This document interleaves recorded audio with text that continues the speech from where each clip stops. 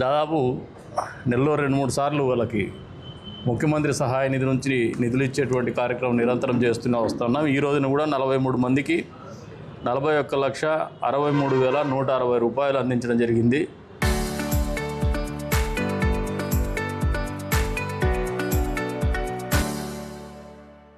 వెరసి గడిచిన 21 నెలల్లో 4,39,33,052 రూపాయలు ముఖ్యమంత్రి సహాయ నిధి నుంచి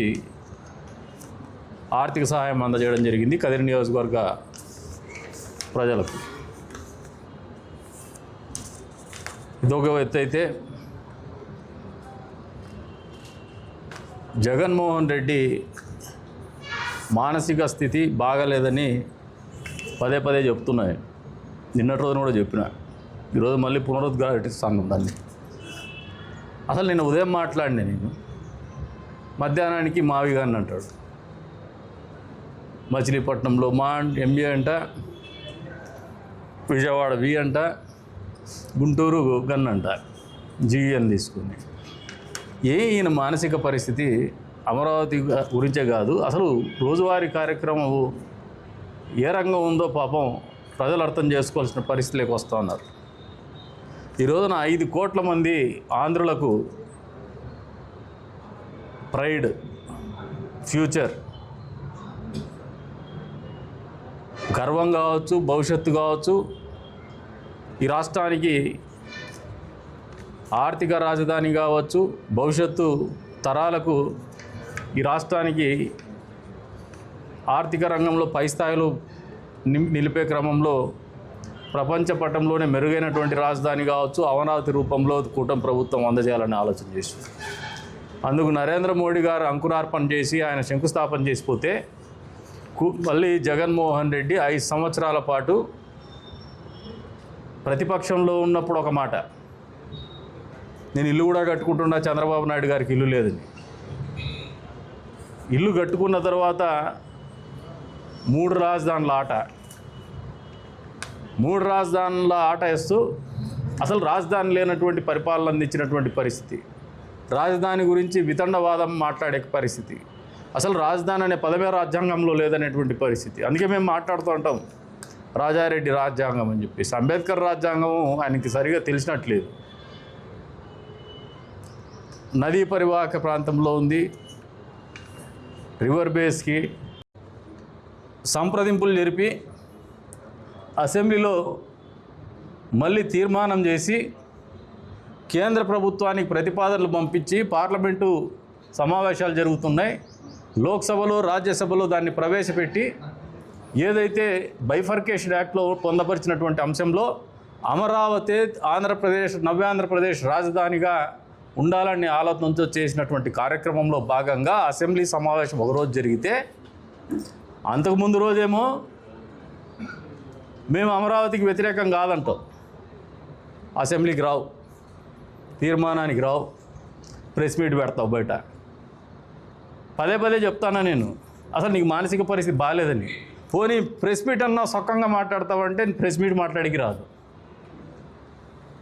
మీ వీడియోలన్నీ చూపిస్తాము ఓ రోజున, ఇక్కడే పెద్ద ఎల్ఈడి స్క్రీన్, ఎల్ఈడి వాల్ పెట్టి కాలేజ్ గ్రౌండ్లోనే పెద్ద కామెడీ సినిమా చూసినట్టు ఉంటుంది. ప్రజలకు కూడా స్ట్రెస్ బస్టర్ అది. బెబ్బెబ్బే పెక్కెక్కెక్క జమీన్ రా అందరు రన్నాక. ఇది ఈయన ఆలోచన, భాషా పరిజ్ఞానం, ఇది ఈయన కమ్యూనికేషన్ స్కిల్స్. ఇంకోని మాట్లాడతాడు మళ్ళీ ఈయన నవ్వుతాడో ఏడుస్తాడో ఆ ఎక్స్ప్రెషన్ కూడా ఎవరికి అర్థం కాదు. ఈయన ముఖ కవలికలు చాలా అద్భుతం. బ్రహ్మ ఏ టైంలో చేసినాడో కానీ అద్భుతం. అసెంబ్లీలో బిల్లు పెట్టకుండా, పెట్టేటప్పుడు నువ్వు తీర్మానం చేసేటప్పుడు నువ్వు రాకుండా, నీ సభ్యుల్ని రానియకుండా, మళ్ళీ కనీసం లోక్సభలో అయినా దానికి ఏమైనా మద్దతు తెలుపుతావా అంటే మేము అసెంబ్లీ అయిన తర్వాత కూడా మేము దీనికి వ్యతిరేకం కాదంటాడు. లోక్సభలో మళ్ళీ ప్రవేశపెడితే ఆ రోజు కూడా డుమ్మా కొడతారు. అమరావతికి వ్యతిరేకం కాదంటే మార్పులకు వ్యతిరేకం అంట. అక్కడ చేస్తాడు ఏకైక మార్పు అమరావతి రాజధాని. ఇంక వేరే మార్పులు ఏమున్నాయో తెలియదు వీళ్ళకి. మొత్తం అంత బ్యాచ్ అంతా మెంటల్ బ్యాచ్ ఉన్నట్టుంది ఇది, పై నుంచి కింది వరకు, కింది నుంచి పై వరకు. ఈ రోజున మళ్ళీ రాజ్యసభలో ప్రవేశపెట్టినారు ఇప్పుడే. అక్కడ కూడా ఆమోదం పొందుతుంది. ఈ రోజున ఈ రాష్ట్ర ప్రజలు గమనించుకోవాల్సింది ఒకటి, ఈ రాష్ట్రానికి మంచి చేసే పార్టీ ఏదైనా ఉందంటే అది కూటమి ప్రభుత్వం, కూటమి పార్టీలే. ఈ రోజున ఈ రాష్ట్రానికి భవిష్యత్తు గురించి ఆలోచన చేసి 5 కోట్ల మంది జీవితాలు అరాచక పాలనకు గురి కాకూడదని ఆలోచన చేయగలిగినటువంటి ప్రభుత్వం ఏదైనా ఉందంటే అది కూటమి ప్రభుత్వం మాత్రమే. జగన్మోహన్ రెడ్డికి అవన్నీ ఏమి లేవు. జగన్మోహన్ రెడ్డికి ఈ రాష్ట్ర ప్రజల మీద విపరీతమైన కోపం ఉంది, ద్వేషం ఉంది. కేవలము కులాల మధ్యన చిచ్చు పెట్టి డబ్బులు కొట్టేసి మళ్ళీ డబ్బులు ఖర్చు పెడితే ఎన్నికల్లో గెలవచ్చనే ఒక మిస్కాన్సెప్షన్తోనే సిద్ధం సభ పెట్టినాడు. అడుగు తీసి అడుగు పెడితే కూడా డబ్బులే, మద్యమే, బిర్యానీ, ఏది లేదు సిద్ధం సభ. ఏదన్నా నియోజకవర్గానికి వస్తే ఆడ జనాలు రారని తెలుసుకుంటే పక్క నియోజకవర్గాల నుంచి తోలుకునేది జనాలు అబ్బబ్బబ్బబ్బా అనేది. ఈ అబ్బబ్బబ్బ బ్యాచ్కి అంతా సిద్ధము సభలకి అయిపోయినారు. అబ్బబ్బ బ్యాచ్లు ఇప్పుడు మళ్ళీ అబ్బా అనే టట్టు కొడుతున్నారు జనాలు. అమరావతి రాజధాని గురించి ఇక జగన్మోహన్ రెడ్డి ప్రస్తావిస్తే ఇప్పటికే ప్రజలు అసహించుకునే పరిస్థితిలో ఉన్నారు. ఈ రాష్ట్రంలో యువత అసహించుకునే పరిస్థితిలో ఉంది. ఒక ముఖ్యమంత్రి స్థాయి గురించి మాట్లాడుతున్నారు. కొంతమంది ఫ్లూక్లో ఎమ్మెల్యేలు అయిపోయింటారు. 600-700తోనో ఎవరైనా ఇంట్లో నిద్రపోతేనో వాళ్ళంతా ఏమైపోయినారు. జగన్మోహన్ రెడ్డి కూడా ఫ్లూక్లో పడిపోయినాడు ఒకసారి, ఇంక జీవితంలో కాలేడు.